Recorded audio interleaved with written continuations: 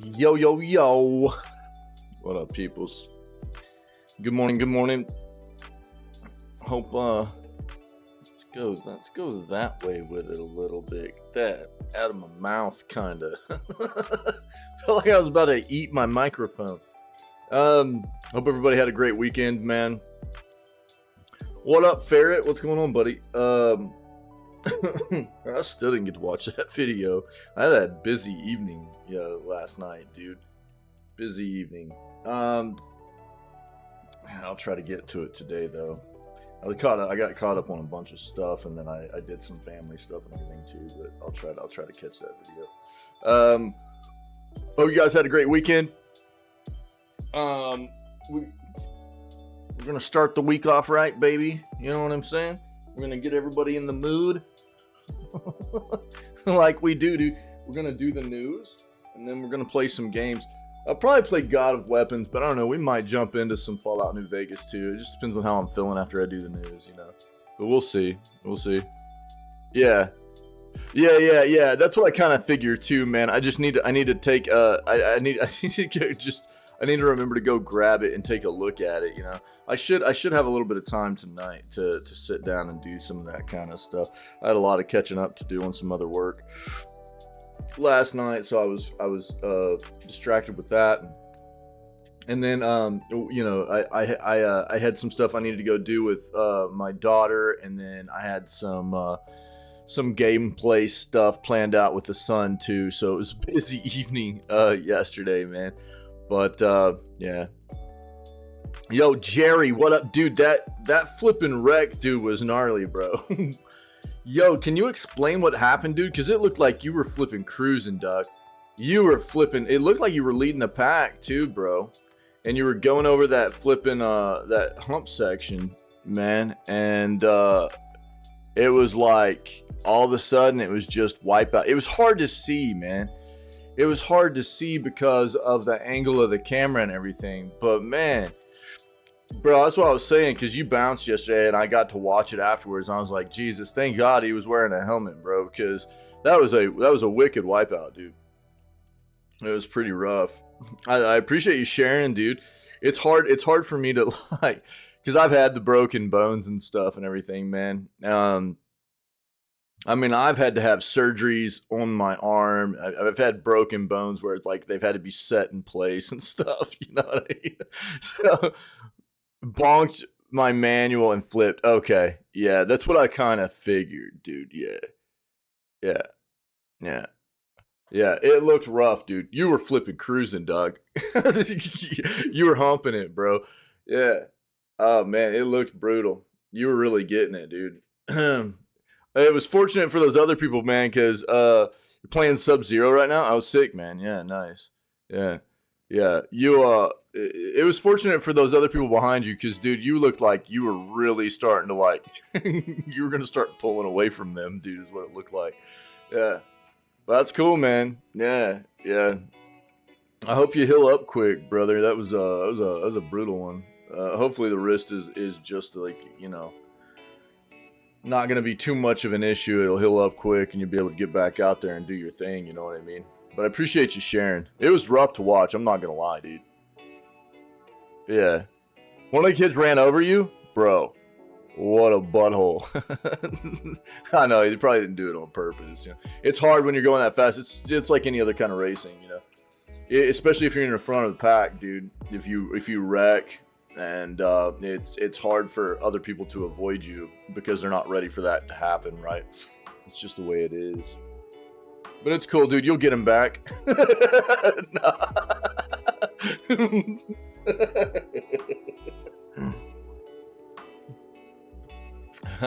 Yeah, dude. Yeah. You guys were cruising, dude. Yeah. That's cool. Yeah. I know it'll be brutal being out for a bit and everything, but hopefully you'll heal up quick, man, and be able to get back. That was one of my first breaks, dude. I broke my wrist. I had to have my wrist set with pins, dude. I had to have 2 pins set all the way through my wrist. You know what I mean? That was one of my first kind of breaks with bones and everything, and it was fun. Yeah, it did suck, dude. It did suck. And then after I got the cast off, there was a little bit of an infection setting in with the pins. So the pins went all the way through my wrist, and they took them out, and it was a little bit after they took the cast off. This is why I was really young. I was pretty young, and they were like, looks like there's a little bit of an infection in there, you know. Oh, they were thinking about surgery. Oh yeah, for you. Oh word, dude. And they were like, all right, well, we're gonna just we're gonna put some silver nitrate in there, you know. So they took these, like, bro, it looked like fireplace matches. You seen those like long fireplace matches? Oh, you had a CT scan and everything? Yeah. Of your dome piece? Or what? It was a rough wreck, dude. Yeah, it was a rough wreck. Everybody, we were talking about it for a little bit yesterday after you bounced, after I watched it and everything. A lot of people watched it. It was pretty brutal, dude. They took these, like, long sticks of silver nitrate, dude, and they were jamming them all the way through those holes in my wrist, bro, to, like, basically burn out all that, any of the infection that had set in, because it looked like there might be a little bit of infection. That is one of the worst pains I've ever felt in my entire life. Oh, they thought you damaged your kidney. Oh, word, dude. Yeah. Jesus. Crazy, man. Crazy. Well, I don't know, man. I know it's brutal not being able to do the thing you love and everything, but hopefully you'll be able to just hang out with us for a little bit and rest up, dude. Just, you know, focus on recovery, dog, and hopefully you'll get better quick and be able to get back out there, you know what I mean? Appreciate you sharing, though. That was gnarly, dude. It was crazy to watch. Yeah, I mean, that's, can't really dwell on it, you know what I mean? That's just the way life goes sometimes. You get back out there, dude. You'll be killing it again, no worries. But yeah, we've got video gaming news for this morning, September 25th, and then we'll dive into some gameplay, maybe some God of Weapons, maybe some Fallout New Vegas. I don't know, dude. We'll see what's up. We'll see what's going on. Yeah, there you go, dog. That's what I'm talking about, man. So let's go ahead and get in here, dude, and let's go watch or go see what we can find for video gaming news for this morning. Cool. Let's do this.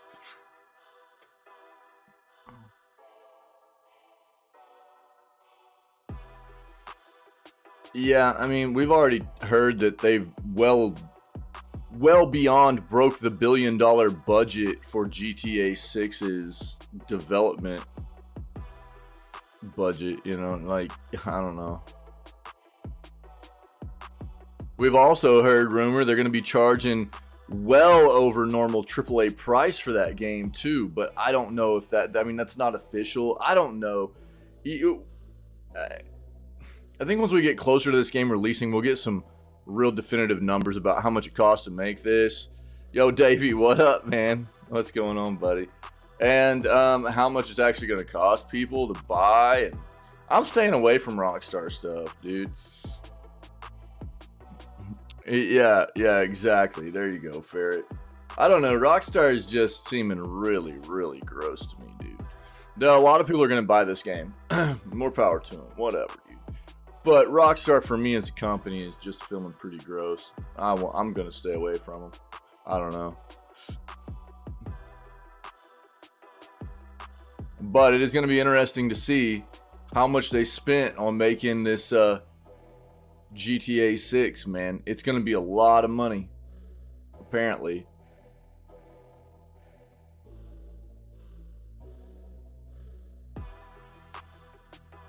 Yeah, I think I mean we've already seen a lot of reports out of the industry where, like, you know, 7 to 8 years ago, the standard for AAA games was more like, what, a 3 to 4 year development time frame and about a, you know, $150 to $200 million budget for the big games. And now we've seen, like, more modern AAA games, current modern AAA games being made, are reporting like more of a 5 to 7 year development time frame and budgets that are exceeding like $400 to $500 million and stuff. And it's like, God dang, dude. And here's what's crazy about it is like, now obviously like something like GTA 5 is going way beyond that budget wise, right? Way beyond. But it's still crazy that like over the past, just over half, past like 6 to 7 to 8 years, it's increased that much. It's basically doubled everything, doubled the budget. The time frame's gone up by about 2 to 3 years for the, development of games and everything. And I think the thing that's odd about it is go look at the AAA gaming sphere, like the releases of AAA games just over the past year, right? There's some bangers, dude. There's some bangers. Don't get me wrong. There's a lot of bad ones too.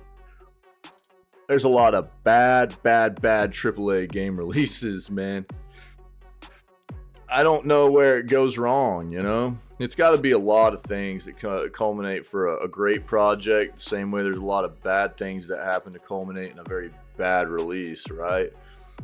I don't think that it's easy to pinpoint necessarily one particular thing. There's got to be a bunch of bad. I think a lot of it probably comes down to bad project planning. Bad communication's probably a big catalyst behind bad game releases,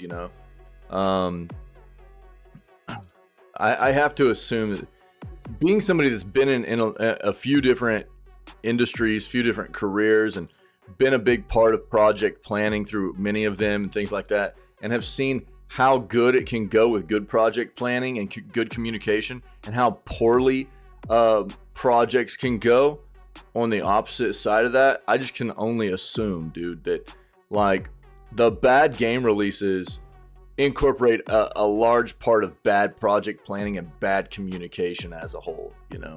That's not going to be all of it, but I don't know, man. I mean, could you imagine what it would be like as a business in the video gaming industry to dump like 300 mil into a project and just to have it come out like mediocre to subpar?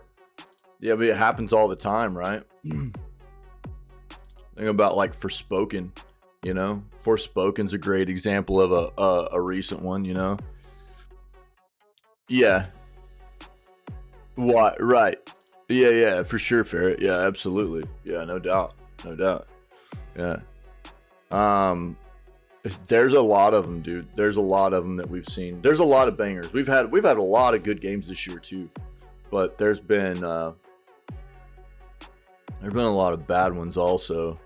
And I mean, as a result, I mean, like Forspoken being the example I used. I mean, that development studio is gone now, right? Square Enix dissolved them after the terrible release of or the terrible basically sells the game did, and the very subpar reviews and everything that came out, and the performance issues and everything. They're like, all right, you guys are done. And Square just dissolved them, right? And we've seen the same thing happen recently with Volition underneath Embracer, yeah, and that was a recent release too. What was it? It was last year. Was Saints Row reboot, So yeah, I know. Yeah, and that's a terrible thing too. Look, actually, let me go ahead and drop a link for you guys. I got dude, I'm really psyched about this. You got a lot of you probably saw that hang out from the news a lot, but Jesus, I was so psyched, dude, to be able to cover this in the news the other day and to get this put as it's a pretty lengthy VOD. It's like a 20-minute VOD, but bro, to see this in the news was incredible for me. And for a company that I bang on all the time in CDPR, this is at least a little bit of a light on the horizon for me regarding that company. That VOD right there is an article we pulled up a couple of days ago about them admitting their mistakes, admitting they repeated mistakes, with from The Witcher 3, getting away with things on The Witcher 3 and doing the same thing with Cyberpunk.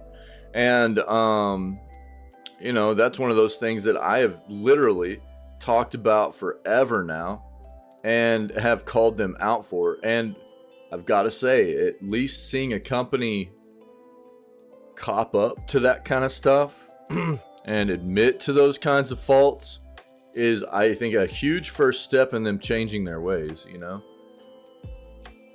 Absolutely, dude. Absolutely. Yeah, exactly what I was just trying to get at, man. I think that, I mean, whether you're talking from a singular person's perspective and the way that they address their own life, or even from a business's perspective, you know what I mean? You have to be self-aware of the things you're doing wrong before you have any idea of how to address and become better for the future, right? And that looks like what CDPR is doing, man, taking a bit of an introspective look at what they've done wrong, and I'm hoping that it will show in their future releases, you know, being better. I really do, because dude, it's hard. I even talk about it in that VOD. It's hard for a lot of other companies to stand up to CDPR and their content. Their content is banging, dude. Like, they're one of the few. I mean, honestly, I think it's why they survived through all the negative, you know, stuff. The bad performance of their games and stuff on release and everything. The content is just so dang good, dude. You know, but the performance is terrible on release, and so I think that this is a huge step for them in the right direction. Anyways, it really is for me. It doesn't mean that I'm willing to go ahead and just buy into their games again on release or anything. I still need to see them do good on their next release, performance-wise. But it gives me hope, anyways. I mean, I could not wait to make that VOD, dude. So I'm excited about that. Oh man.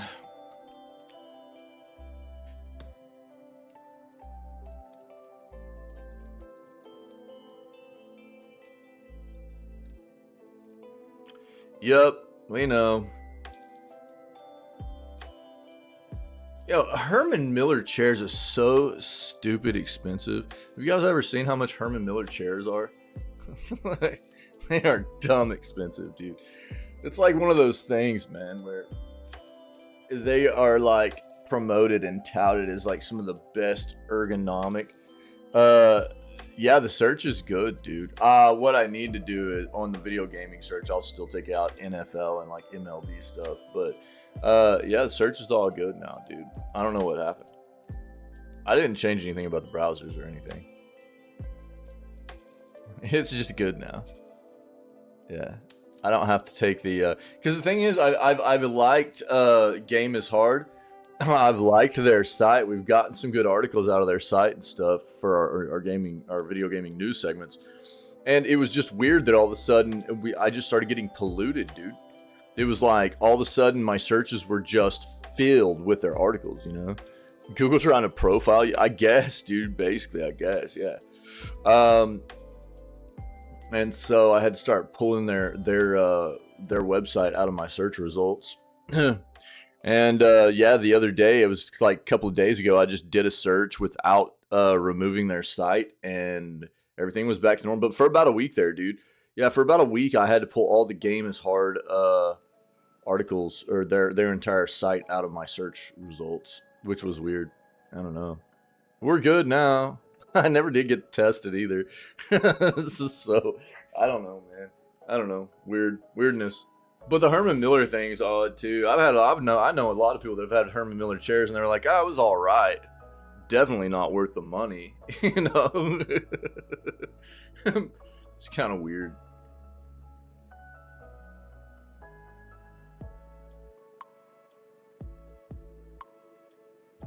All right, here's some more Unity stuff. By the way, what are we listening to? Is this more Christmas vibes? Nah. No, almost. This song's called November Nights. So it's getting everybody ready for the holiday vibes. Unity makes changes to controversial fees after hearing concerns. So we'll take a look at that. Has a learn Unity cell. Oh, no way, dude. For real? That was some unfortunate timing, huh? One second.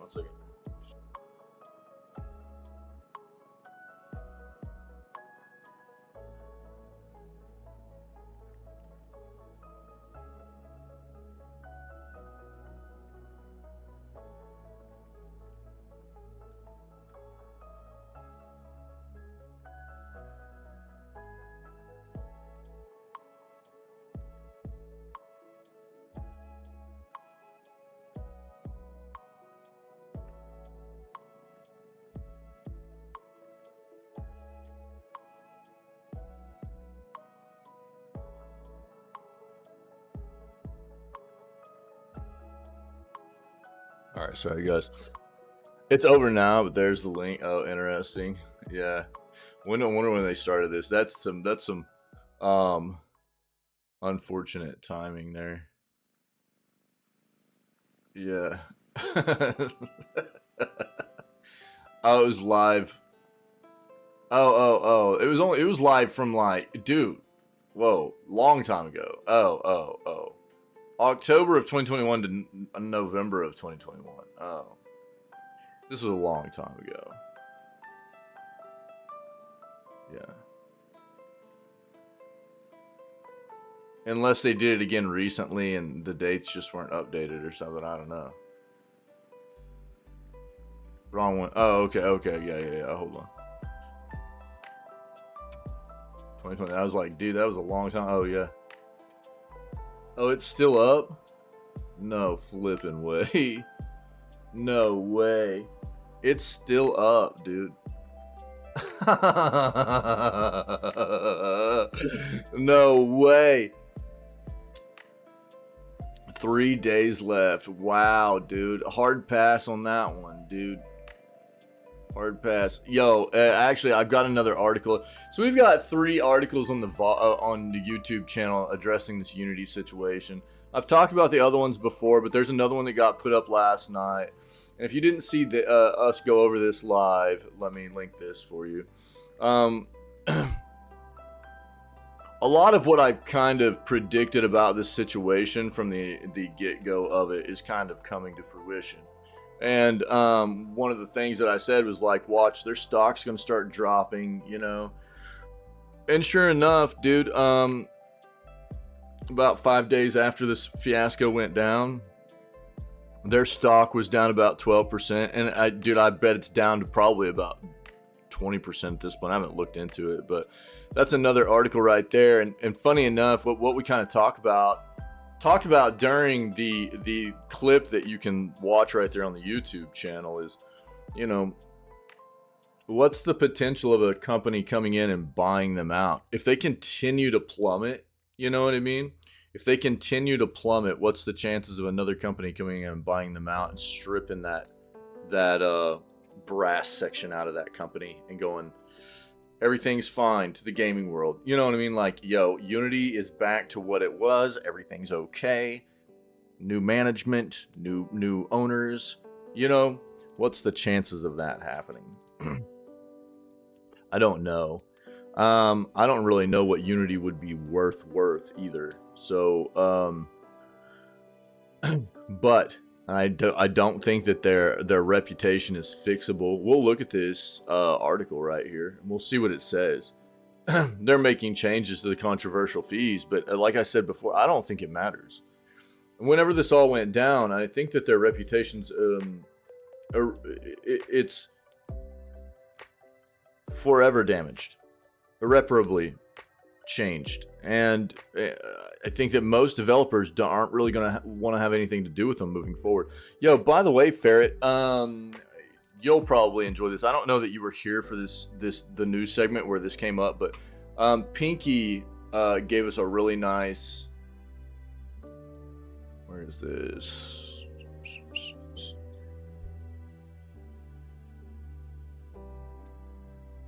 Oh my God. Bro, am I tripping?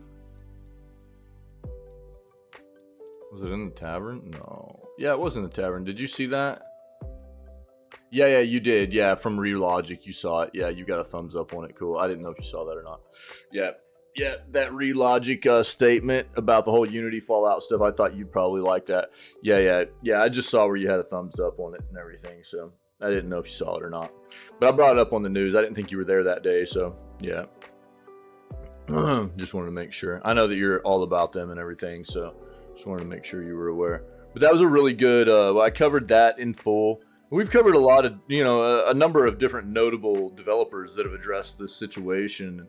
That was a really good pullout from Pinky for us to take a look at from Relogic. It was a very, very, very well-written statement from Relogic regarding this situation. I'm no wordsmith, but it did in better verbiage really express the same kind of sentiments that I know that I've been, trying to express regarding this entire situation. And I think that it really did cover a lot of what many other developers feel about this entire situation going down with Unity as well. I don't think they're going to recover from this. I really don't. And it's just another show of too many business hands having their... There's a place for business, obviously, in this industry. But if you lose sight of what gaming is at its core, you're going to fail.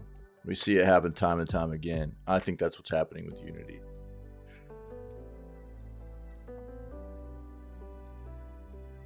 It's just all numbers, dude. How much can we wring out of everybody, What should Battlefield 6 take from Battlefield 5? Nothing. Exactly nothing, dude. Yeah. Oh, yeah, for sure, dude. Yeah, no doubt. Yeah. You gotta be, be careful what you say. Be careful how I think I've said this before in some of the other articles addressing this specific situation too, and I say this a lot about a lot of these industries or these companies in this industry, the video gaming industry, that we see start falling and plummeting and losing their way, that we all at one point, most of us anyways, at one point had some kind of affinity for, right? They become too blinded by greed, it seems, too polluted with business minds instead of also a nice balance of business minds and still gamer minds. And a lot of it is taking care of, obviously it's a business, you got to make money and everything, but you see these companies that are obviously doing very well become totally consumed with greed, and they totally lose track of taking care of their customer, who they wouldn't be where they are without their customer in the first place. They lose track of taking care of their customer. They lose track of taking care of their employees. Everything as a whole just starts landsliding away from them. And all it is a numbers game for them anymore. And it's not just this industry. It happens in a lot of industries. It's gotten really bad all the way across the world. But, it's easy to see these companies where it starts happening too, and they die, dude. They die. I think that this industry, and maybe it's just because I have an outlook like this, and I think there are a lot of people that hang out in our community. We tend to have a viewpoint of companies where we take a hard look at how they're treating us, and so it makes it stand out maybe a little bit more than it might for some other people. I don't know. But you're right. That's also a thing, And I think that's one of the worst things that really happened for Unity in that whole situation. I talked about that too, was they didn't try to be proactive in the situation. They didn't try to reach out to their consumer base, the companies using their engine, and go, look, we're at a point where we feel like we might need to be changing our business model, our pricing model, and we are trying to find ways where it can still work for you as the consumer and us as a business moving forward. Things are getting more expensive for us. They didn't try to talk to anybody about it like that and try to test the waters and feel some things out, or they just were very reactive in the situation. They were just like, hey, here's what we're gonna do. We're gonna scum everybody out. You know what I mean? And they didn't address any of these different offshoot situations that were an obvious issue, you know, and then they just tried to be very reactive in the situation.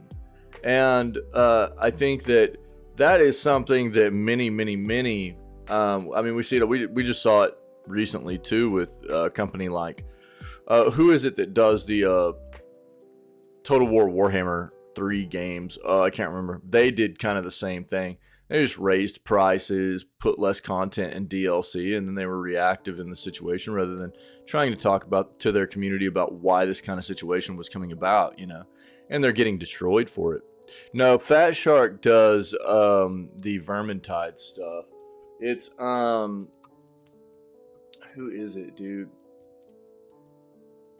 Fat Shark does Darktide and Vermintide.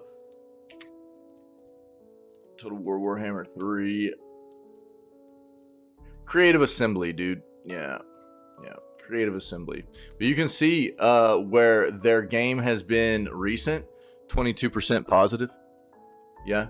It's because of this fallout that I was just talking about, you know. I think that this is an issue of companies not being transparent, not communicating with customers, not communicating with their consumer base and fan base in an open type of way, and then just trying to implement changes and be reactive on the back end. And people see that as a very scummy thing, you know? And that's why things like this happen. I mean, you can see that, you know, over the past 30 days, they are getting bombed. 4,000 reviews almost of 22% positive. And that has brought them down to a 61% all time, you know. They were well above this before all this stuff went down. And it's really tumbling their game. And it's just because of lack of communication and lack of concern for ultimately what has made their products and their businesses lucrative in the first place, which is their consumer. Right? So you lose track, you don't care, and you don't try to be a proactive partner. You know, you don't treat the situation as, you know, it's like some of these companies see themselves as better, you know. We're the better ones. We're at the top. We are the ones that are providing this for you. So we're going to make the changes and you're going to deal with it. But that's not really the way it works, right? And we can see the fallout of how this happens for some of these companies. When really they should be treating their consumers as almost like a partner. You know what I mean? You treat them well. You let them know what's going on with you. You know, they're the ones that have made you successful. And if you want to continue to have a good relationship, continue to bring in more new customers, have those old customers spread the word about what a good company you are to work with, stuff like that, you know, that's what you do. But they don't. And they're dying for it.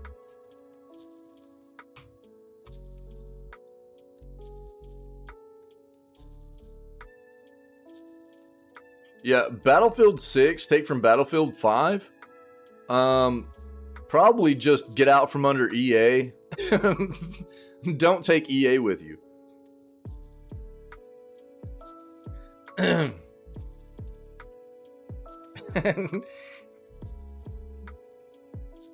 Cheers, Dice. I mean, come on, man.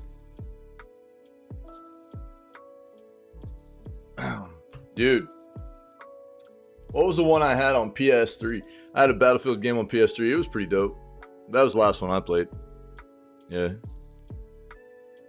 You know, it was funny because I remember back around those times, it was like Battlefield was kind of a competitor for Call of Duty. And then it just tanked. And it's just nowhere even close anymore. You know? Nowhere close. Honestly, I would tell anybody, if you're interested in playing a Battlefield type game and you can see around the poly graphics, the best you're going to find right now is this game, BattleBit Remastered. This game is an absolute banger. It is so flipping good. It's made by like 3 people. And it's literally everything that Battlefield should have been for a while now. You can see the very positive. It's like an 80 all-time 89% positive. It's made by 3 people. Yes, it's got poly graphics, but the gameplay is phenomenal. It's really, really, really good. And the game is $15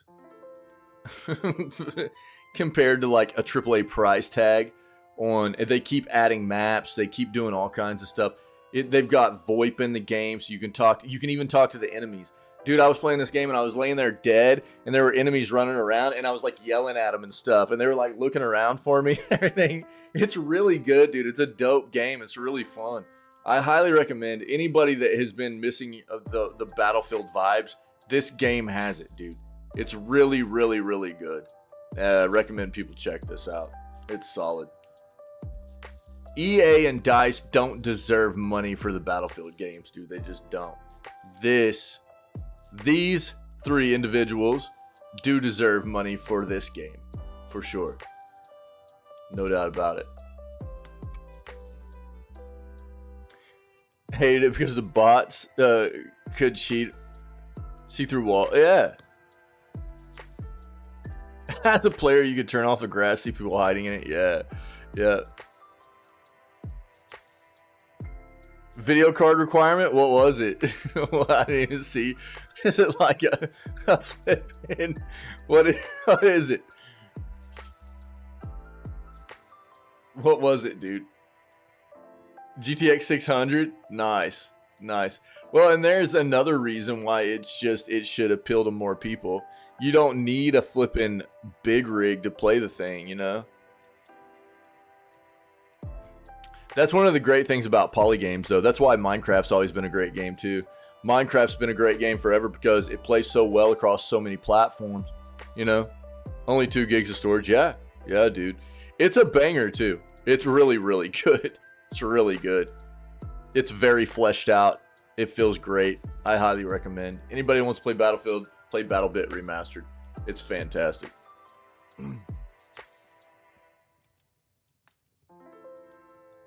And you can basically run it on a flipping potato machine.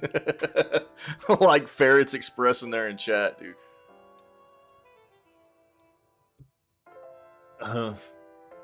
You just take a potato, hollow it out, put a screen in that potato, dude. Load up BattleBit on that thing. Yeah, dude, we talked about the Steam Deck 2 stuff.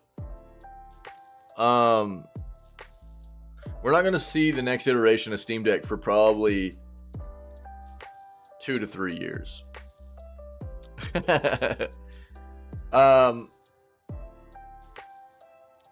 I would say probably closer to like 3 years. Steam Deck is not even 2 years old yet, release date wise. And I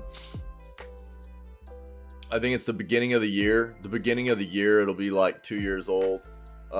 Maybe like around February time or something like that. But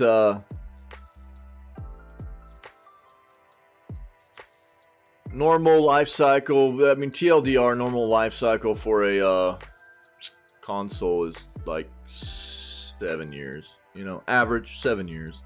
But Valve is saying they're not even going to be waiting 7 years. They're saying more like 5 probably is what you to expect here. The thing is, Valve is really trying to play the game of a really nice price point for entry into a handheld PC gaming platform. And they've done that with this console. The thing that they've been very vocal about and upfront about is that it's not going to make sense for them to make a new version of the Steam Deck without a pretty solid evolution in technology to do it on, and to maintain the right price point. And right now they don't see that. So I really don't, Michaela. Yeah. I remember the Dell senior thing, but yeah, again, I'm not a big NASCAR guy, so I don't remember those. Yeah, sorry. Happy Monday, by the way. Good to see you, friendo. So the I think the thing to take away here is that in the grand scheme of things, this is a very good console. It plays a lot of very top tier games very well, right? I think that people have to understand where Valve is with. They're very comfortable with this device right now, and they don't really see a need for any kind of replacement yet. They're not going to stretch this out like Nintendo has with the Switch. I don't think there's any reason to be concerned about that, you know. But 2 to 3 years down the line, we'll see the next iteration, and at that time, it will be time for a refresh. I do believe that. I think the Switch stretched. I think Nintendo stretched the Switch out too long, and I think it's smart for Valve to think that by 4 to 5 years down the line, it'll be time for a refresh. Technology evolves too fast, and the mobile front of technology is evolving very, very, very quickly. So at that point, I'm fairly certain we'll get a new Steam Deck, but it's still a few years away, probably, you know? Oh, for real, Michaela? Oh, you're getting Wreckfest? Yo, cool, man. Nice, yeah. I'm glad that I was able to show you something yesterday that hopefully you'll enjoy, man. That's awesome. Yeah, nice. Total War Pharaoh is delayed till early 2024. I think that's about what you need to know. Let's go ahead, since that's talking about Epic Games. Here you go. Free games for this week will end in about 3 days, okay? Out of Line and The Forest Quartet are free on Epic Games right now. So grab your free games. It's a no-brainer. In about 3 days, these will no longer be available, and they will be replaced by Model Builder and Solstice, okay? So get your free games now. Get prepared for the free games that are coming in a few days, all right?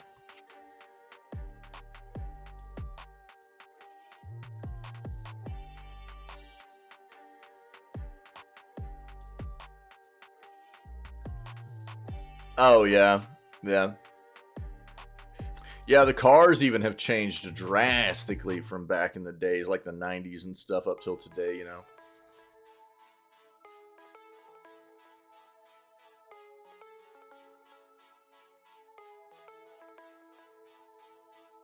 Looks like you can get some free Diablo 4 cosmetics with Amazon Prime Gaming. I'll take a quick peek for everybody that might be interested.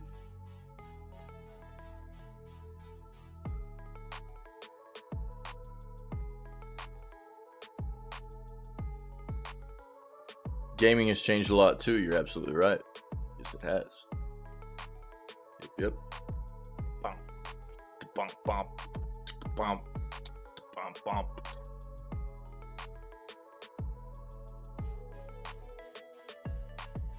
Capcom would gracefully decline acquisition by Microsoft, would rather be equal partners.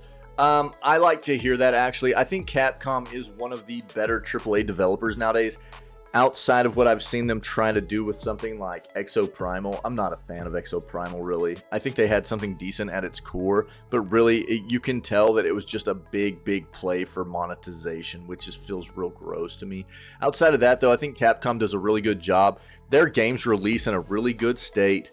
Their performance of their games is good. Content of their games is good.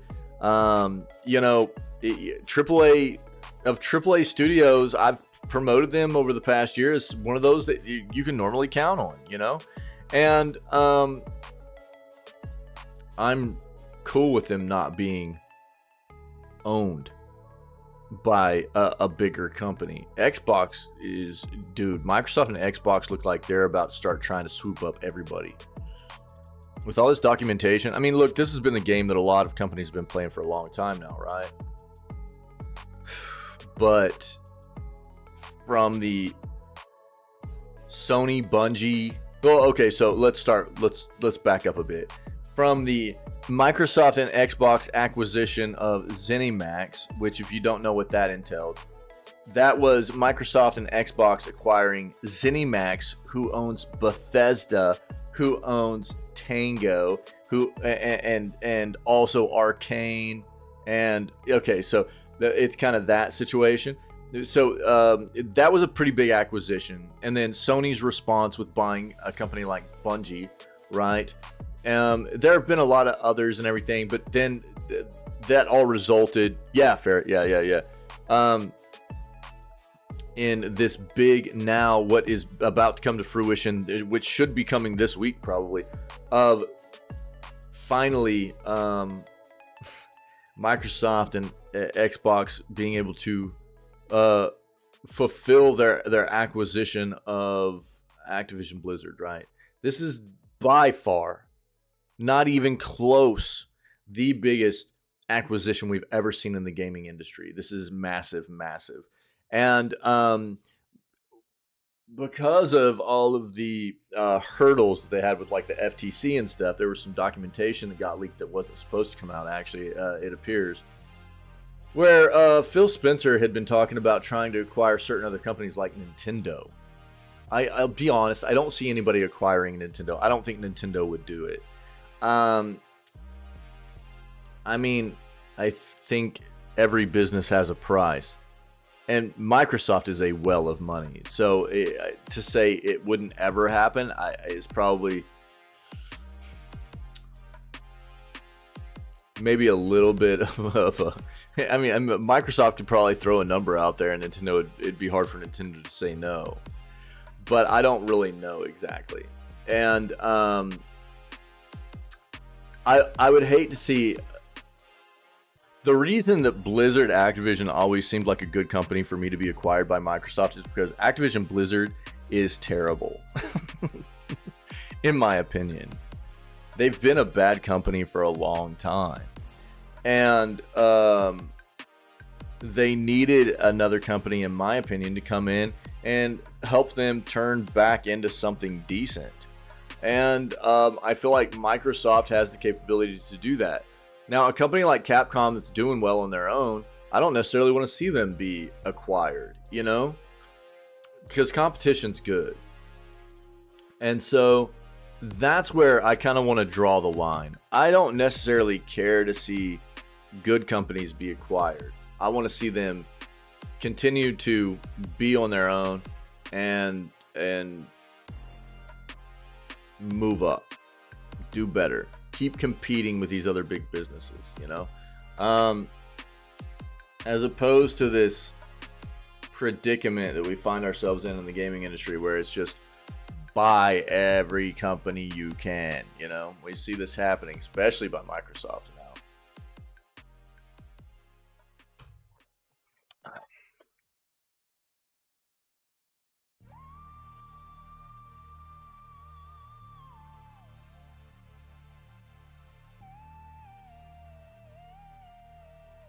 Wait, what? Nintendo pulls Mortal Kombat 1 Switch trailer after Steam controversy? What? Interesting.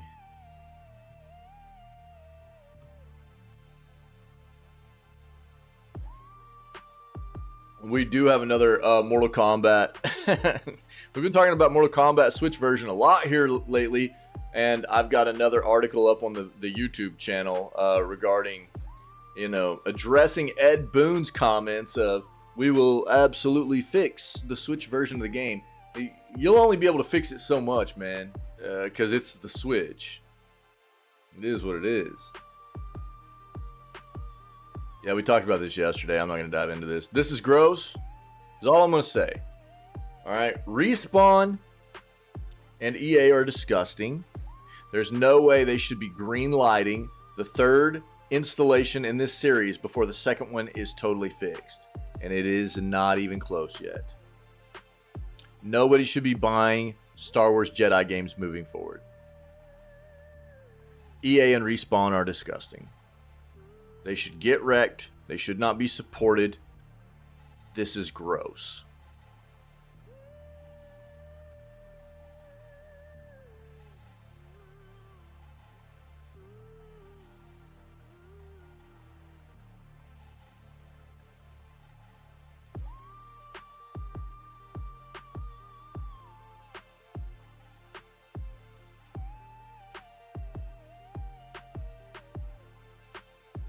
Ghost in the Shell RPG in development.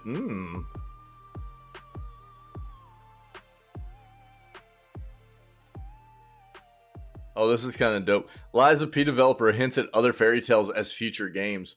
Dude, Little Red Riding Hood would be sick. You know what I'm saying? You know, something dope like that. Yep.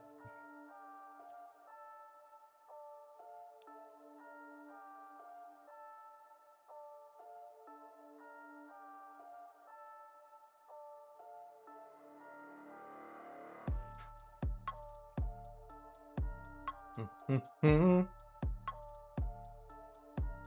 let's look at our other search. Pull out some sports stuff here, that way it's not polluted with that kind of noise. Talked about it.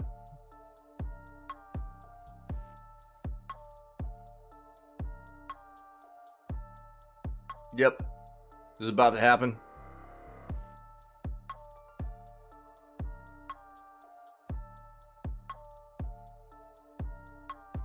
Bro, what? Dude, I love this song. This song's a banger.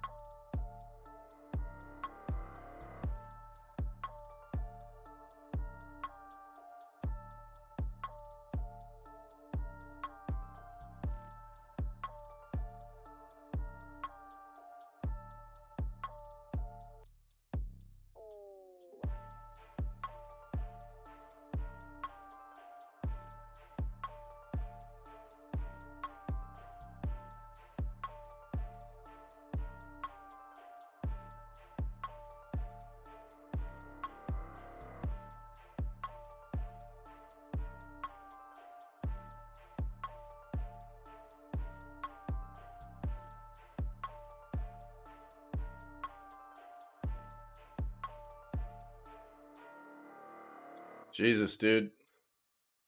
That's sad.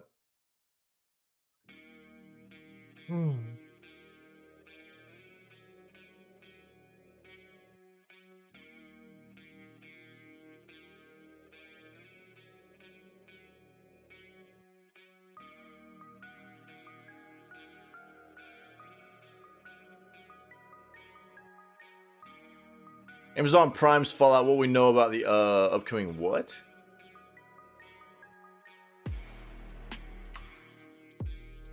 Oh, yeah, okay. Yeah. So the show is set to be released sometime in 2024. We've seen a lot of like still images and stuff like that of the set of the show and stuff, which is dope.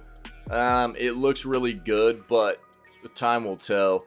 So next year we're supposed to be getting the Fallout adaptation on Amazon.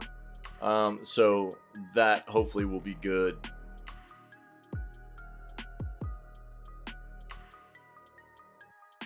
We've talked about this.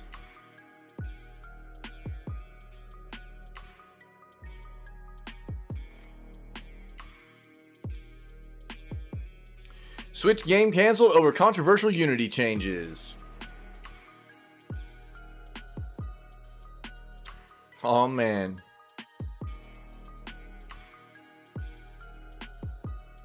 Dragon's Dogma 2, baby.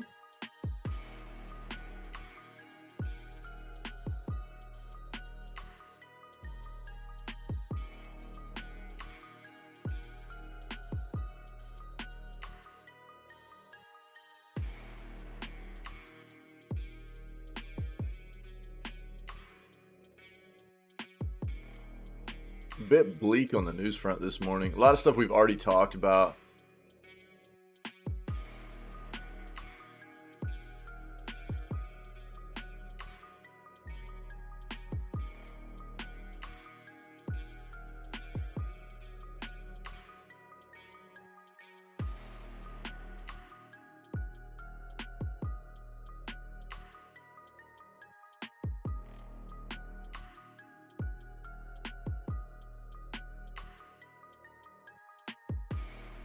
These flipping dudes.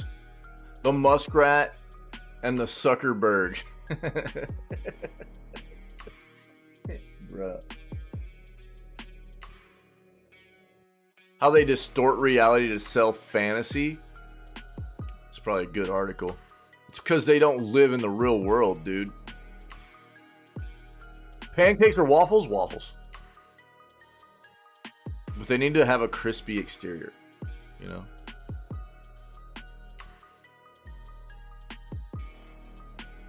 Soft on the inside, crispy on the outside.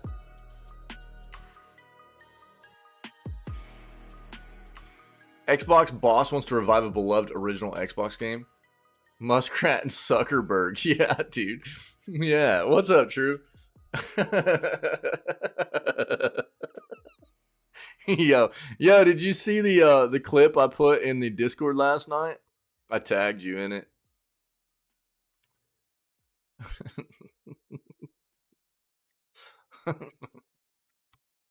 Yeah, you should check it out.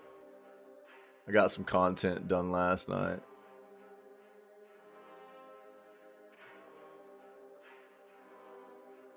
Yeah. How you doing this morning? Happy Monday, by the way.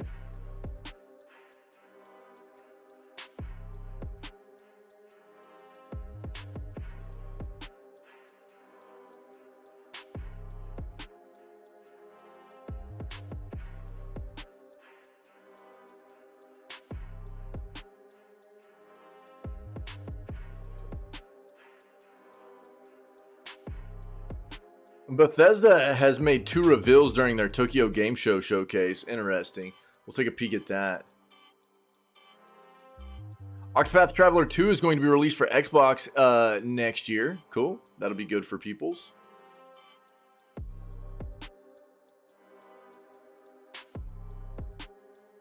Okay. Cool. We'll just stick with this, dude. Let's kill the news. Or kill the news. Kill the music. My bad. Kill the music. There we go. Now we get in here.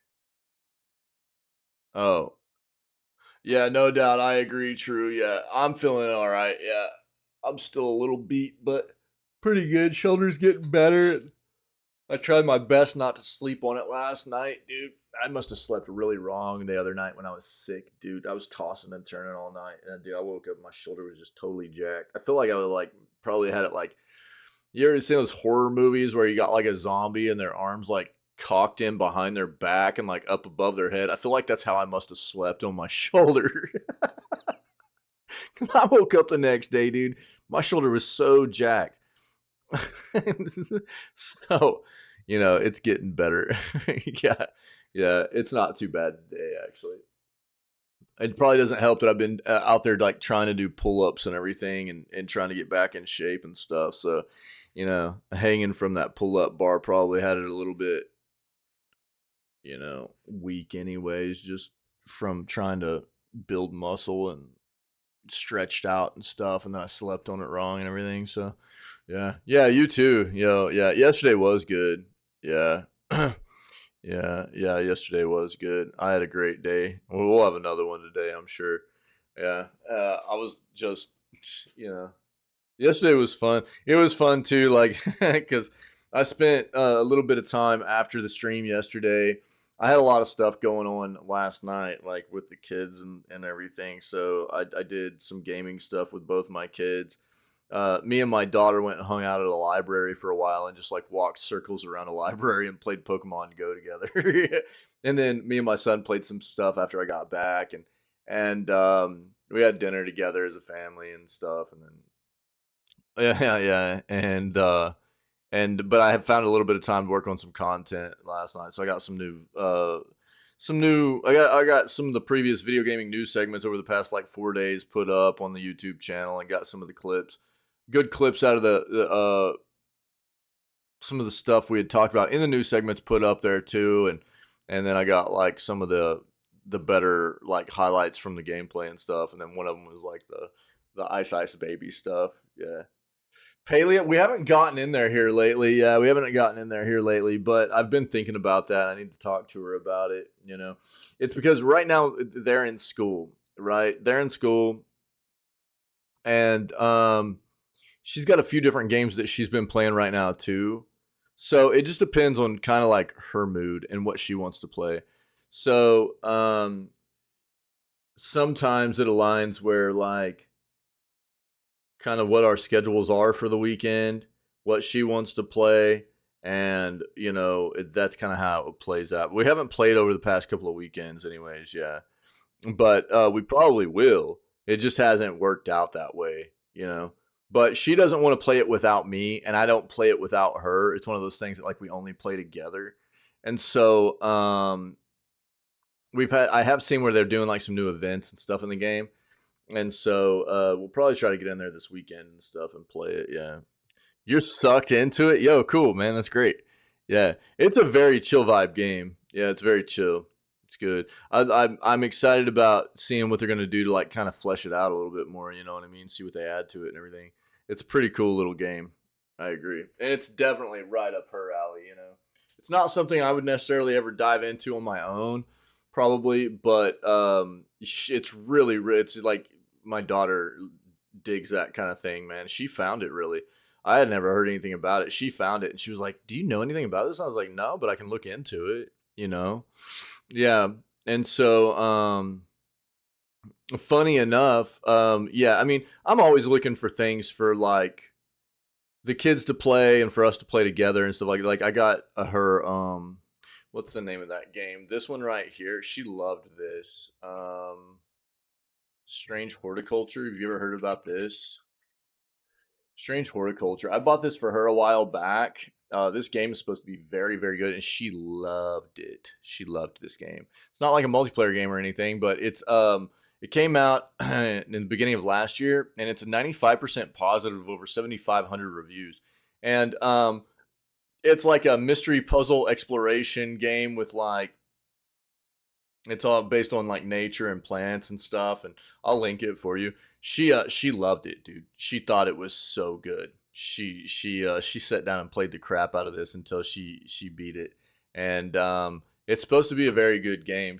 I saw this initially and I was like, oh my god, I've got to wish list that because my daughter's probably gonna love that, and she thought it was a banger, dude. Yeah, she really enjoyed this, so highly recommend from my daughter. Yeah. And so then the other thing is like my son loves shooter games. Like imagine that. you know.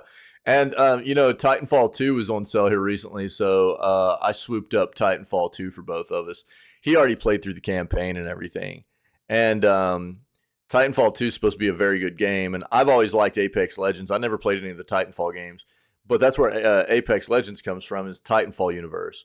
And so Titanfall was on sale for like $3 here recently, and so I grabbed Titanfall for him and myself. I actually grabbed it for the wife also, and so I just got my first taste of it last night with my son. My son's already beat the campaign. He's like all wrapped up in the multiplayer and stuff because they just got the multiplayer servers back online. So the multiplayer servers had been offline for a couple, 2 or 3 years or something like that.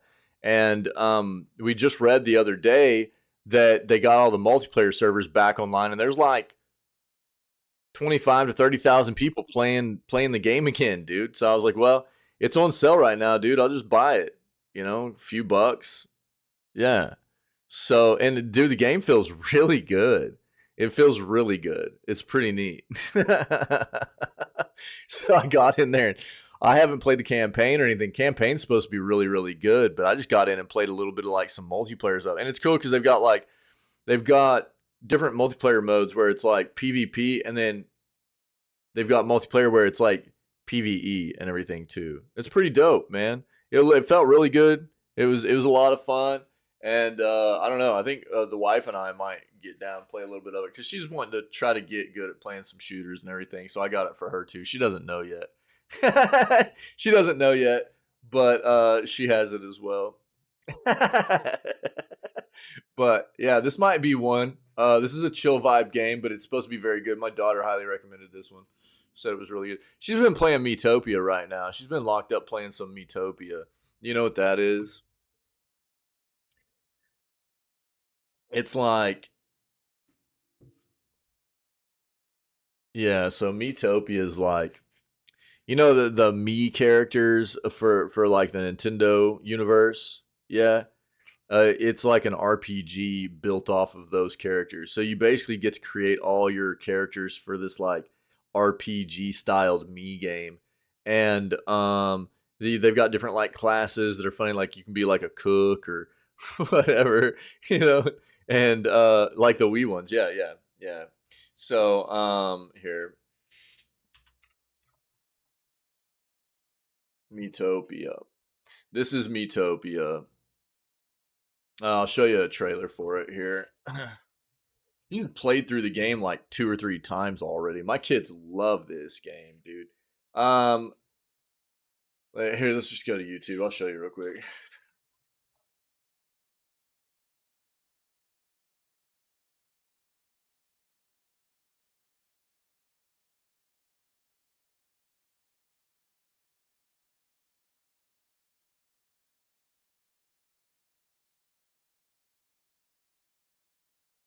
I'll just show the trailer for it here.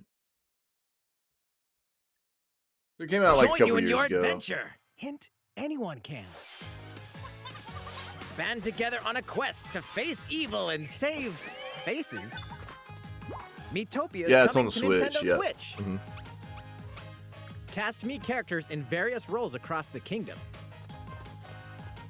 Turn your favorite people into your allies, or even make someone the nefarious Dark Lord.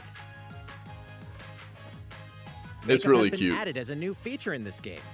Glam up your Miis and get them ready for adventure.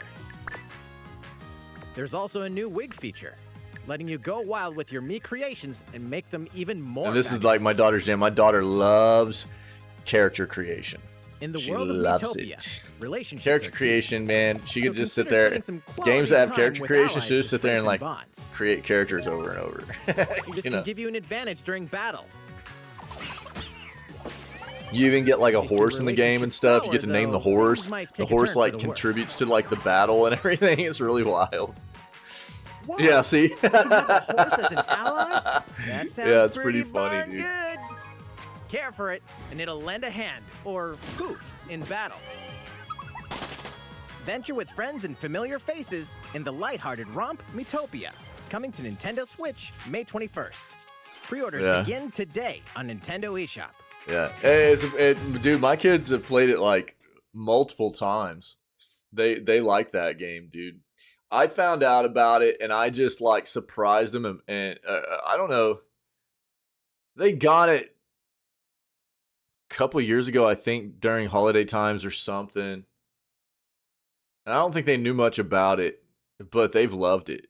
They've really enjoyed that game. So I don't know. It's a cool, cute, like chill little RPG game. You get to make all your characters and stuff. So they always make like themselves, and they'll put me and their mom in there and stuff like that. Like they they had me in there last night. They were laughing at me because they had me in there, and they had me rocking some jorts. Like some jean shorts, dude. I was like, oh no. You know, they were like laughing at me and stuff. It's pretty funny, dude. Kids are wild, bro.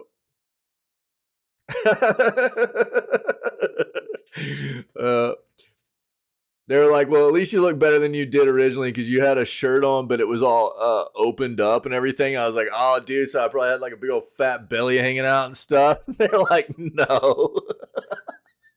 I was like, oh, well, it's not indicative of real life me then, you know?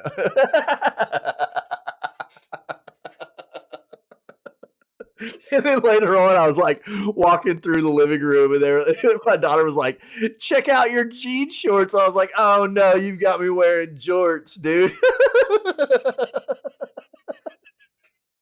Sure enough, dude, I'm like in there partying. I'm like dancing around, like wearing these jean shorts, dude. I was like, oh god, dude. It's pretty funny, bro. They're wild, dude. All right, let's get into this news, man. It's good to see you, True. It's good to see everybody, dude. Happy flipping Monday. Hope everybody had a good weekend. Let's get into these articles. Xbox boss wants to revive a beloved original Xbox game. So Phil Spencer has revealed that he would like to revive a dormant first-party franchise that hasn't been seen since the original Xbox. Microsoft has continued to expand the number of video game studios that it owns in recent years. That's about to get even bigger with the fact they are about to finally close the acquisition of Activision Blizzard, right? It hasn't forgotten about many of its oldest properties. Long-running franchises such as Halo, Gears of War, and Fable have all continued in some capacity and likely will for the foreseeable future. Now, Spencer has expressed interest in bringing back a series that a number of fans may have forgotten about. During a Q&A session that coincided with Tokyo Game Show, Spencer was asked about which Xbox series he would like to see make a comeback. In response, Spencer called out MechAssault. Oh, interesting. Which is an original Xbox title that first launched back in 2002. MechAssault was later followed by a sequel in 2004, MechAssault 2 Lone Wolf. Third installment in the Mech action series was at one point thought to be in the works, but its development seemingly fell apart. As a result, MechAssault hasn't been seen or heard from in roughly 20 years, which is something that Spencer would seemingly like to change. Quote, I've always wanted us to go back and revisit the MechAssault Mech Warrior space. I think there's a lot we could do, Spencer said in response to the inquiry. There's so much about that whole franchise that in some ways was ahead of its time, no doubt. And it was would be nice to go back and revisit. We don't have a plan today, so it's not a leak of anything. Speaking of leaks, but that would be a nice one. Yeah, as we've seen this year, this is exactly what I was thinking, yeah. As we've seen this year, a return from MechAssault could prove to be quite popular. Within the past month, developer From Software brought back its dormant mech franchise Armored Core with Armored Core 6 Fires of Rubicon. Although that game didn't set the world on fire in terms of sales, it was very well received by both fans and critics alike. As such, if Xbox were to release its own mech game in the form of a new MechAssault entry, it could prove to be a hit with audiences. There's also speculation out there Titanfall 3 could become a thing again. People loved Titanfall games. And Apex Legends has continued that universe, even though the mech side of it isn't there. There's speculation that another Titanfall game could be coming at some point. And, dude, people love mech games. I love mech games. I love mech games, dude. Which classic Xbox franchise would you like to see make a return in the future? SSX Tricky, dude.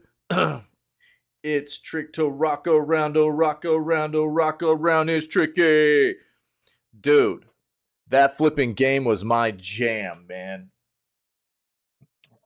I didn't really get into the ones after the original. The original was a banger, though, man. The original was so flipping good. I could not quit playing that game. SSX Tricky. Jesus. Game was so flipping good. Bethesda Softworks makes 2 reveals during 2023 Tokyo Game Show. What we got? That is avowed, dude. This is avowed. No doubt about it. Oh, look at the Thulu in the background. Holy crap, dude. Sick. During the 2023 Tokyo Game Show, Bethesda Softworks took time during the Xbox digital broadcast to reveal 2 small pieces of news. First of which is the Elder Scrolls Online will finally... Oh, that might be what this is. Finally receive... Well, yeah, because that would be Obsidian. Avowed would be Obsidian, not Bethesda. My bad. The first of which is that Elder Scrolls Online will finally receive full localization this fall as the game will launch in Japan 2 months from now. Meanwhile, the team confirmed that they will be releasing the first 2 of the Atlantic City updates in Fallout 76 in December, with Part 1 being added to the test servers next month. Elder Scrolls Online fully localized this fall. Elder Scrolls Online is going to launch in Japan on Xbox and PlayStation consoles, along with full localization in Japanese on November 15th of this year. Okay. Update 40 base game patch arrives November 14th, November 15th local Tokyo time. On console, it includes the new Endless Archive PvE activity and a host of quality of life additions and fixes. As a base game update, Update 40 is free for all existing ESO players with no additional purchases required. And the Fallout 76 Atlantic City launch date and PTS reveal. Fallout 76's lead art director Jonathan Rush revealed Fallout 76 Atlantic City will be a 2-part content update. Boardwalk Paradise and America's Playground, with Boardwalk Paradise launching December 5th on all platforms. Boardwalk Paradise will feature new locations never before seen in the world of Fallout, including a casino for players to test their luck, factions, creatures, an expedition featuring 2 missions and rewards. Players who can't wait to test their luck and are looking to help test the upcoming content will be able to jump into the Boardwalk Paradise PTS on October 3rd via Steam. All right. There you go. Yeah. Let's go ahead and talk about this. Then we'll get into that next one, okay? Unity makes changes to controversial runtime fees after hearing concerns, quote unquote, hearing concerns. Games made using Unity Personal or Plus will not see any charges. I am going to reiterate the sentiments that I have expressed from the outset of this entire fiasco here. I don't think it matters now. I don't think it matters at all. I think that Unity is going to collapse. It will continue to sink as developers have seen what Unity is about now. And if they've tried to do this now, they'll try to do similar things in the future. That's just the way this goes. I think Unity is a company to be avoided, and I think that most developers understand that about them now and will do exactly that. Most developers are going to try to avoid Unity at all costs, if possible. It'll be a slow progression because there are a lot of companies that are already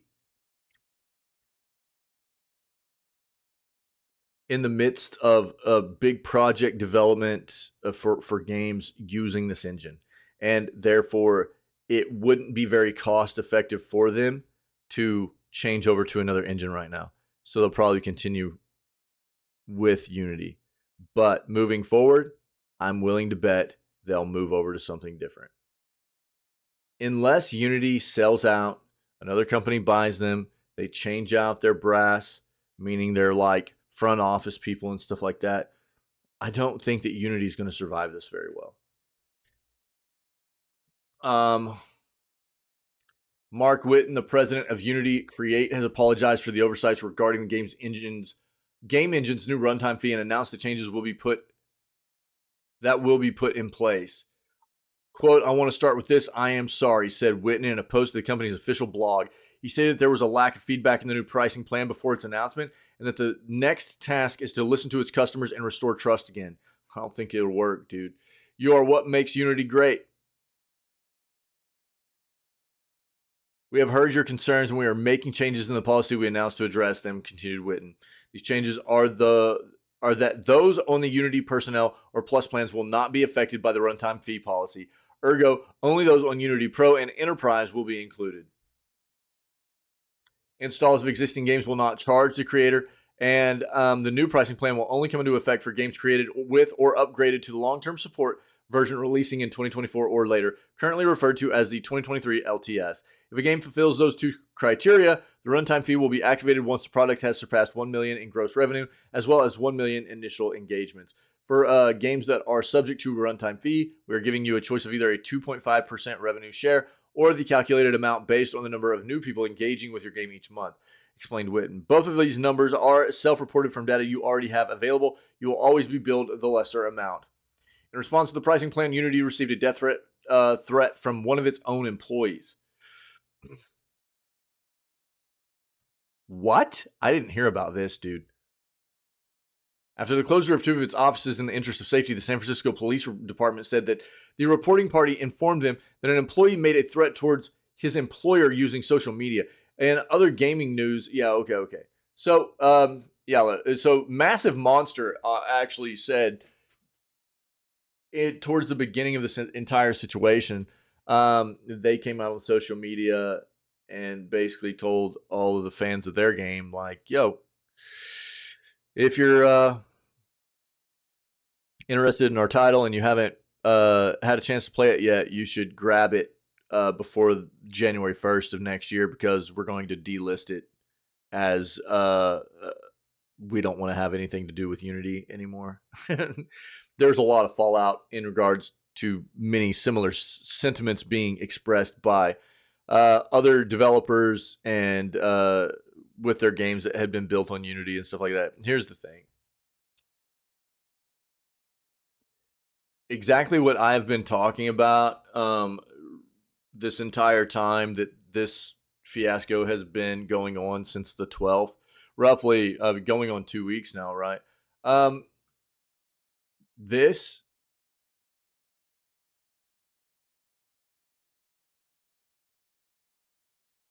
is something that should never be lost on a business, ever. Um,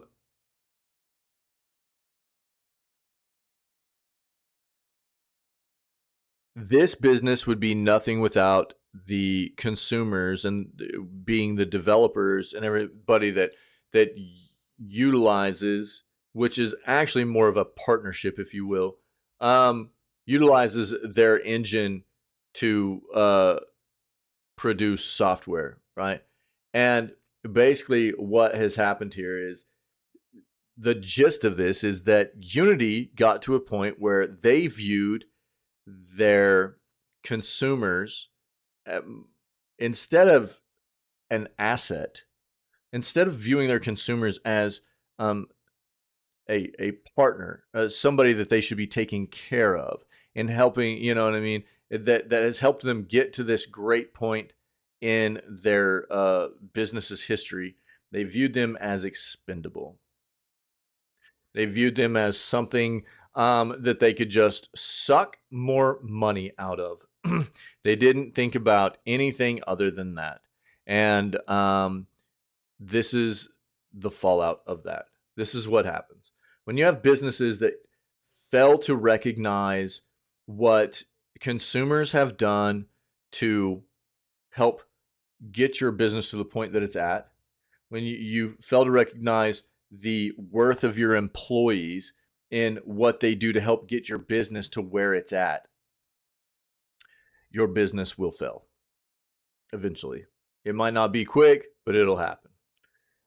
When you look at nothing but, numbers, when you see employees as nothing but being expendable, you don't care about taking care of them. When you see your consumers as nothing but expendable and nothing but numbers, you're going to lose.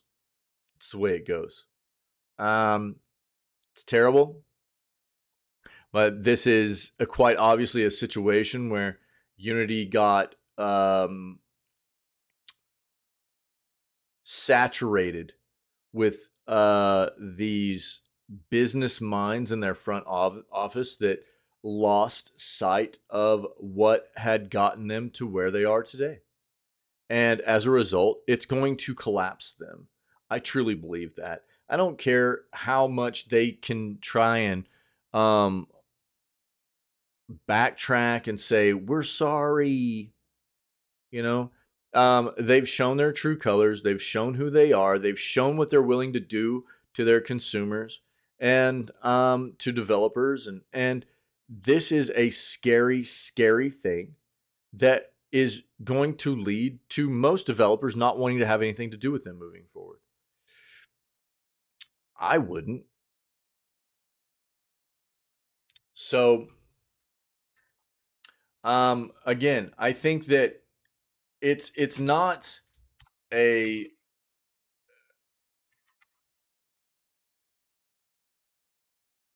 obtuse idea for customers and even employees of a business to understand that things change as time moves forward, but to be very open and communicate with everybody involved and let everybody know that there's the potential for changes to need to be made, but to confer, right? What this seems like was that the front office of this company, the brass of this company, sat down and were like, how much more money can we pull out of people? Let's do it. Instead of it being a situation where they were like, times have changed. We might need to take a look at changing our pricing model, really fleshing this idea out, talking to consumer base about being upfront, being proactive in this situation and saying, look, there's, The industry is changing. The market is changing a little bit. We need to, we're taking an internal look at changing our pricing model, but we want to ensure that this is something that's going to um, not affect our relationship with our consumers, as we care about you guys and how this is going to potentially affect you. They didn't do anything like that. And that is where we've seen this happen time and time again with different businesses and different industries. And we obviously, this is video gaming news, so we see it happen with the businesses in the video gaming industry all the time, whether it be from a developer not communicating well with their fan base, being also their consumer base, like we just talked about a little bit earlier with Creative Assembly and their Warhammer game, the Total War Warhammer 3, which is absolutely dying right now because they did the same kind of thing. Or Unity being a game engine to create games on, and what they've done here. It's the same kind of thing.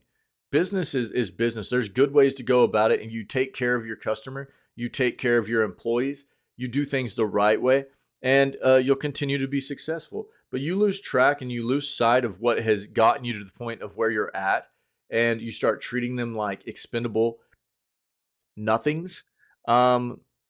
Eventually you're going to plummet. I think Unity is not going to be able to really recover from this unless something drastic happens, like a buyout, and another company comes in and wipes the slate clean, gets rid of the people that did this in the first place, and goes, new ownership, new management, everything's back to the way it was. You don't have to worry, we're here for the consumer and the customer. I think the reputation of what this business is currently under the current ownership and management is forever tarnished. I don't think there's any way of getting back out from underneath it. It's a bad look, man. It's a very bad look. No doubt.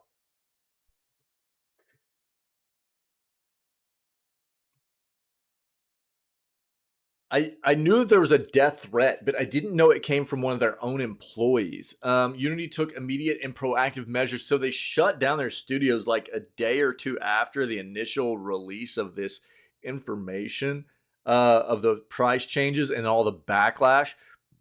And excuse me, I knew that they had to shut down two of their offices because of some death threats, but I didn't hear that it was from their own employees. Took immediate and proactive measures to ensure the safety of its employees. Unity closed two offices following a credible death threat sent to the company in response to the controversial runtime fee.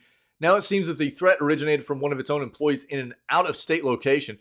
A spokesperson for Unity relayed to Bloomberg that a potential threat was registered earlier this week and that immediate and proactive measures to ensure the safety of our employees were enacted. This included closing offices on September 14th and 15th, as well as a total cooperation with law enforcement. A statement supplied from the San Francisco Police Department to Polygon reporter Nicole Carpenter said that the threat originated within the company itself. Once police officers arrived on the scene, the reporting party informed them that an employee made a threat towards his employer using social media. This employee is located out of state, but it was apparently impossible to contact the corresponding jurisdiction. Police officers advised Unity to try again to file the report in the area that the employee lives in, took a courtesy report. At the moment, Unity has not responded to the claim the threat was sent by one of its employees. All of this arose as a result of the backlash towards Unity's new pricing plan, which is perceived to dramatically depreciate smaller scale studios' revenue. If a game runs on Unity, then the company will charge a runtime fee to the developer or distributor every time the product is installed for the first time on a system from January 1st, 2024. Yeah. We know what all this was supposed to be. Now they're backtracking, and they're even making more changes to try to appease the backlash. All right, moving on. Switch game canceled over controversial Unity changes. A Switch port of highly praised Wipeout-like ballistic has been scrapped. Okay. A planned Switch port of Ballistic NG, a Wipeout-inspired racing game with overwhelmingly positive reviews on Steam, has been canceled due to Unity's recent policy changes. Earlier this month, the software development company announced plans to charge developers every time a game that uses its Unity engine is installed. Despite a subsequent apology that followed by an attempt to partially walk back these plans over the weekend, much of the development community is still frustrated at the proposed changes to the terms of using Unity, with some saying it will affect their future projects. Absolutely. Now, in one of the first solid examples of this, the developer Ballistic NG says it has canceled its Switch port as a direct result of the Unity situation. As spotted by comic book developer and Neognosis, posted an update of the game's Steam page, stating the Switch port is no more, partly because it would have to upgrade its new version of Unity, therefore be subject to the new terms of service. Quote, Nintendo has a rolling Unity version requirement for game releases, and we're already behind the threshold by 2 years, the studio says. 2 weeks ago, this wouldn't have been an issue. No doubt there have been some pains in updating Ballistic NG to a new version of Unity again, but it would have benefited us in the long run. By the time we'll have a Switch version of Ballistic NG ready, the threshold for Unity versions will exceed the new versions that Unity are pushing their TOS changes with. We currently have no confidence they won't be trying to pull another move or pushing back to their original plans under beyond this new terms of service. Exactly. Because of this uncertainty, Neognosis says that it has abandoned its plans for the Switch version of the game. Despite Unity's efforts to recover after their PR disaster, there just isn't any trust and security for us to continue moving forward with newer versions of their tools in the foreseeable future, it said. This is the way most developers are going to feel. It comes with much frustration and disappointment that we're announcing the cancellation of the Switch version. Several years of development has gone into preparing Ballistic NG technically for the port while maintaining the usual output of updates for the PC version. So this comes as a big kick in the balls to both of us and everybody else who was excited for this version of the game. Quote, we're sorry that it has turned out this way. We'll be looking at working with the console, or the rumored Switch 2, in a future project not bound by Unity. Feels bad, man. Nintendo pulls Mortal Kombat 1 Switch trailer after Steam controversy. When it comes to the titles like Mortal Kombat 1, achievements can create some of the most satisfying feelings when gaming. Whether you're a fan of Xbox and its achievement system, a PlayStation fan, platinuming all your favorite games, or an avid Steam user. Whew, sorry, guys. It seems that everyone, no matter the system, is a fan of getting these notifications. The only system missing out on this seems to be the Nintendo Switch, until now, apparently. Trouble for the Mortal Kombat 1 Switch port. Oh, we know there's plenty of that. As is to be expected, gamers have gotten used to accepting ports with lower graphics when playing on the Switch. This hasn't changed with Mortal Kombat 1. Highly anticipated sequel to Mortal Kombat 11 and the Switch reboot from NetherRealm hasn't been met with much applause for the handheld device. Series creator and director Ed Boon even mentioned how this version will be getting an upgrade in the future due to the backlash by both Mortal Kombat and Switch fans. I've actually got an article on the YouTube channel addressing exactly Ed Boon's claims. TLDR, only so much can be fixed here in my opinion, okay? Here's the link to the YouTube VOD talking about Ed Boon's claims that it will absolutely be addressed. I have no doubt they'll do their best to address it, but all of the issues being fixed here is not something that's actually viable. You're talking about a game built for more modern hardware, high fidelity graphics, higher frame rates that the Switch can't do. The Switch just can't do it. The Switch is old. This is partially a Nintendo issue because they've tried to stretch this hardware out for too long. And I have no doubt that some of this falls on the developer also. And they need to do their best to make the game as good as possible. But a big part of this also falls on the fact that Nintendo is just constraining developers. They're handicapping them by how terribly old and underpowered this Switch hardware is. It is what it is, man. It's a fact. So if this isn't enough for NetherRealm and Nintendo, it now seems companies are using Steam to showcase this game for the Switch. What? On the official YouTube channel, a video showcasing the trailer for Mortal Kombat was posted and quickly set to private, as it shows a Steam achievement pop-up at the 152 mark. This doesn't seem like a big deal at first until you realize this video was supposed to be a trailer for the Switch port. What? Using a different system to showcase your game is not only dishonest, also wrong on many levels. When you watch a video showcasing a game on a certain system, you expect the video to be shown on that console. Absolutely. History of false advertising in game trailers. Yeah. No Man's Sky did it. Yeah. We all know that this is the greatest example of it. No Man's Sky was.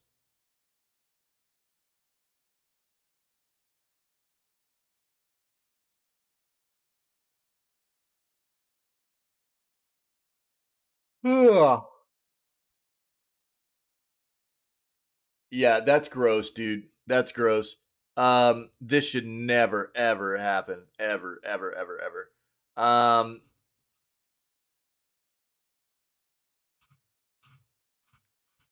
Here's the thing that I've said the whole time about this whole Switch version too. If you can't do a game right, you shouldn't do it. And to be fair, this game will never be the same game it is on other platforms. And so, in my opinion, ultimately, Mortal Kombat 1 should never really be made for the current version of the Switch, Nintendo's current hardware. It's just never going to play right.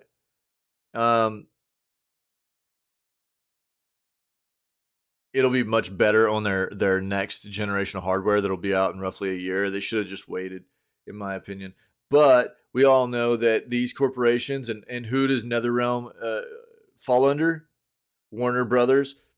And Warner Brothers is, they're another one of those scummy corporations that, if they stand to make money, it's not about how many people are going to feel scammed about it. It's about how much money can they make.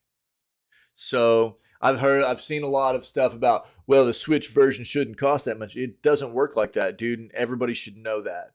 If the Switch version was going to be, reduced in price to $40 or whatever, then they're going to catch a bunch of flack for the other versions being $70. So it just doesn't matter. Ultimately, what should have happened here is this game should not have been released on this version of the Switch, in my opinion. And then you'd probably have people crying about the fact that Mortal Kombat 1 didn't come to Switch. You know what I mean? It's a lose-lose. I mean, there's always going to be people that are unhappy with something, dude. People are always griping about something. They're complaining and creating drama about something. But it honestly, in my opinion, if a game can't be done right, it shouldn't be done on that platform. It doesn't get released on that platform if it's not done right. I'm not talking about a few bugs here and there, stuff that obviously we all know as gaming enthusiasts needs to be fleshed out on game releases and stuff. If a game is actual trash, if it's a dumpster fire, if you can't get it to perform right or whatever, it doesn't get released. That's just the way it should be.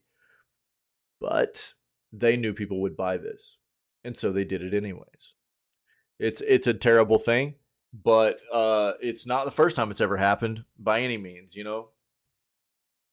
We'll see what Ed Boon's able to get them to figure out with this game and get it fixed up to the way it should have been released. But it still won't be anything near what the other platforms, hold for gameplay of Mortal Kombat 1. It's just a fact. Get free Diablo 4 cosmetics with Amazon Prime Gaming. Blizzard has teamed up with Amazon to offer free cosmetics for D4 through Prime Gaming. As an Amazon Prime subscriber, you can unlock these cosmetics, along with other items for Blizzard titles like World of Warcraft, Hearthstone, and Overwatch. Nice, true. To claim the Vermilion Dark Tome and Vermilion Bolt Thrower bundle in D4, follow these simple steps here. Okay? Vermilion Dark Tome is exclusive to the Sorcerer and Necromancer classes, while the Vermilion Bolt Thrower can only be equipped by the Rogue class.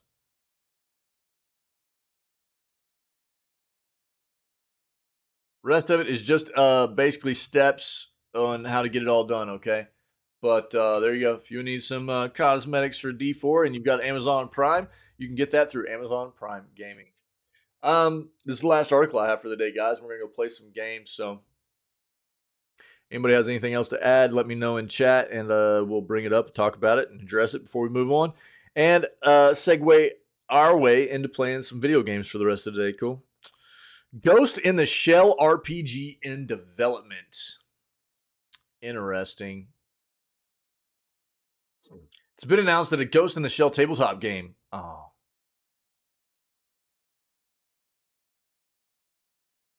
Baited. Baited. I'll link it for you. Baited, dude.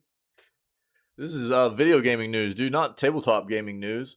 I got baited, yo. All right, man. That's it. I got baited. Oh, no. All right, well, it is what it is, dude. We'll move on. We'll go play some games, dude. Let's go play some games. Hope everybody's having a great start to their week, dude. I know that it's never fun kind of transitioning out of the weekend mode, the weekend vibes into the beginning of the week. Yeah, it's usually not a great thing for most people, but hopefully, dude, being here and hanging out with us will make it feel a little bit better, you know. We'll have a good day today. I had a great news segment. I appreciate it, guys. We are going to go play some games now. It'll probably be some more God of Weapons, maybe some Fallout, New Vegas. Maybe we continue that. We'll see. We'll see what's up. We'll figure it out, but we'll have a good time. Whatever game we're playing, we always do, man. So if anybody's been able to hang out and check out the video gaming news segment with us this morning for the first time, or maybe if anybody's getting to check this out as a VOD later on, all of our streams start off with video gaming news before we immediately segue our way into playing games for the rest of the day. All of the previous video gaming news segments, as well as all of our playthroughs that we've done for games we've played, crazy, wild, funny clips and highlights, all that stuff, all that content, they're in the collections on our Twitch channel and playlists, as well as VODs and playlists on the YouTube channel as well. So go check out all our content, man, if you're enjoying it and you're gaming enthusiasts that are all about chill vibes, you're good peeps and stuff, man, then I feel like you probably belong here with us. And we're always excited to welcome in some new people to our community and embrace new peeps to be a part of what we do here. So come hang out with us when we do go live 6 days a week, every day but Wednesday, starting off at roughly 6 a.m. CST CDT. I don't know, come hang out with all the cool peoples that are part of what we do, man, and we're always looking for more people to be a part of it. So I guess other than that, just have a great rest of your Monday. We'll be back tomorrow with more video gaming news, but we're gonna go do some more playing video games now. So if anybody's not moving on to the gameplay segment with us, then stay healthy, stay safe, be kind, and we'll catch everybody for some more video gaming news tomorrow morning. All right.